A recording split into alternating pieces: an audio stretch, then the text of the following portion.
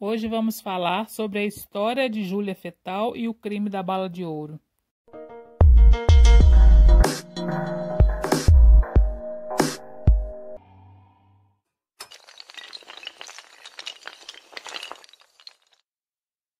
O crime da bala de ouro é como passou a história o feminicídio praticado em Salvador pelo professor Silva Lisboa contra Júlia Fetal, escandalizando a sociedade baiana na primeira metade do século XIX.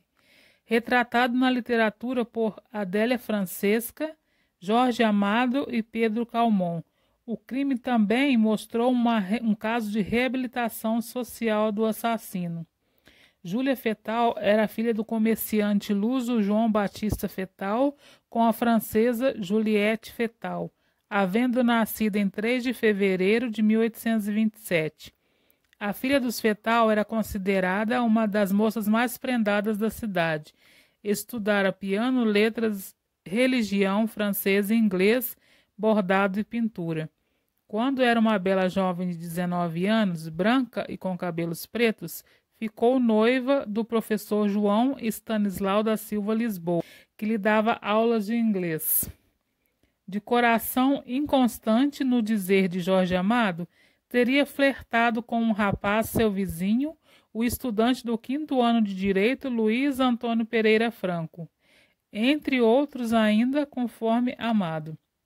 Jorge Amado assim descreve a vítima: a todos, Júlia Fetal namorava um professor doido de amor, noivou-se com ela, pediu-lhe a mão em casamento. Júlia não nascera para virar noiva nem esposa, nascera para amante, beijos furtados e encontros clandestinos.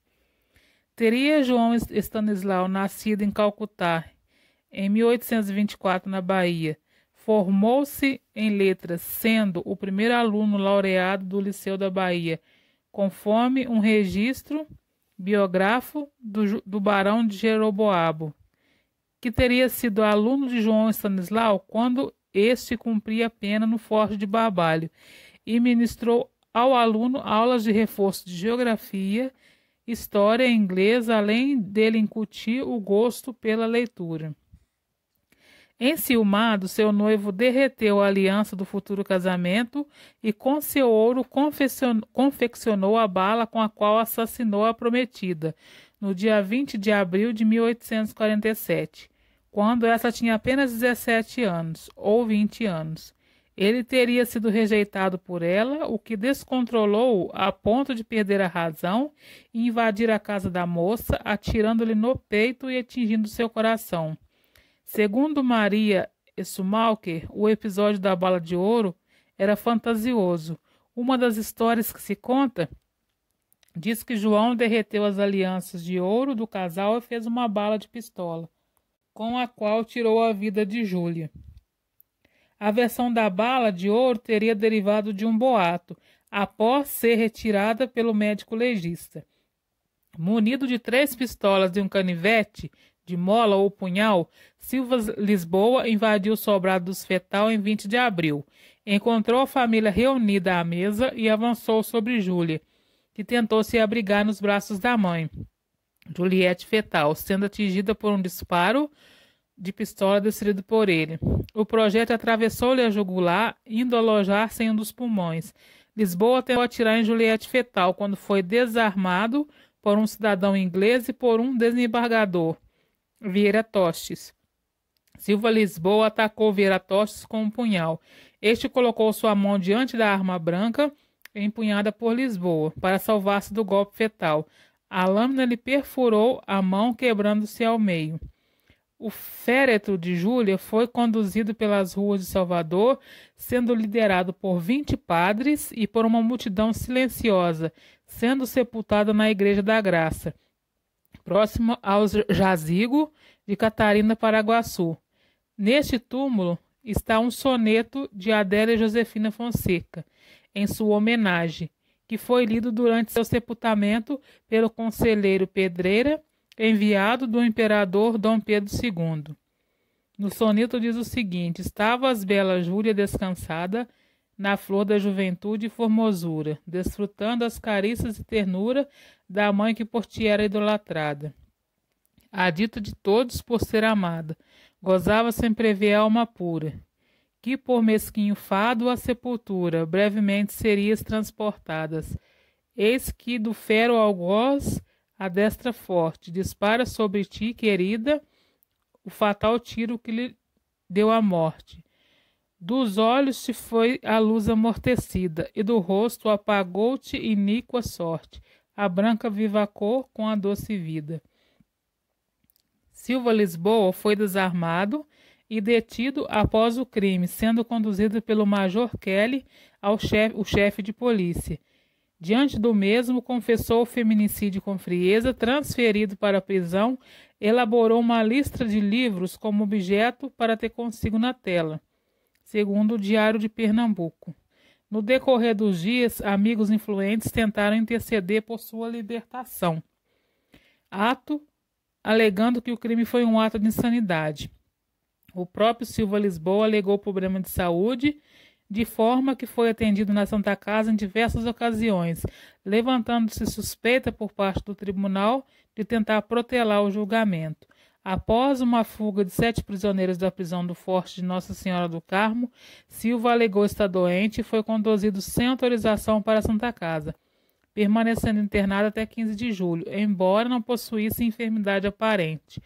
Com isso, faltou em sessões do tribunal previstas para 14 e 15 de julho. No próprio dia 15, um anúncio anônimo deixado na entrada do jornal do Correio Mercantil informava sobre um plano de fuga de Lisboa. Em 28 de setembro de 47, João Stanislau foi enfim levado às barras do tribunal.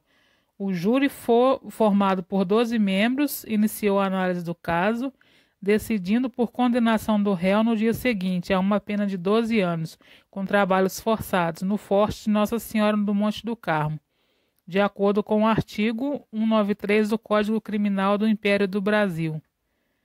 O sobrado em que morava Júlia pertenceu depois aos pais do poeta Castro Alves, na época ainda criança. Esse teria ouvido a história dos fantasmas que rondavam o velho casarão.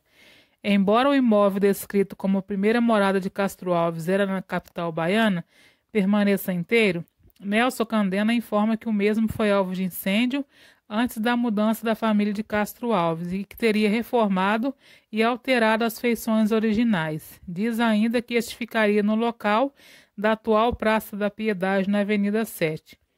Finalmente, informa-se que no século XX, possivelmente após outro incêndio, foi demolido e nova construção foi erguida no lugar. Condenado a 14 anos de prisão, Silva Lisboa teve a Santa Casa de Misericórdia a interceder junto a Dom Pedro II pela diminuição desse tempo, pois numa epidemia em 1855 teria prestado assistência aos doentes, ele próprio um dos afetados. Ele, entretanto, enviaram uma carta ao imperador solicitando que o pedido não fosse atendido, o pedido de indulto, por não se julgar merecedor de perdão. Durante seu período na prisão, Lisboa passou a ministrar dentro do cárcere aulas preparatórias para exames aos filhos de alguma das famílias mais abastadas de Salvador. Com isso, a direção do presídio improvisou uma escola no mesmo. Após sua soltura em 1859, voltou a lecionar. Deu aulas de geografia e inglês no Liceu da capital, onde fora seu aluno, Ernesto Carneiro Ribeiro, e depois outros colégios. Em 1863 e 77 foi diretor do Liceu de São João, chegando em 76 a publicar livro didático de geografia, intitulado Atlas Elementar, e no ano seguinte convidado a integrar a Comissão de Reforma da Instrução Pública. Pouco depois, doente, viajou para Lisboa, morrendo às 2 da madrugada de 9 de fevereiro de 1878.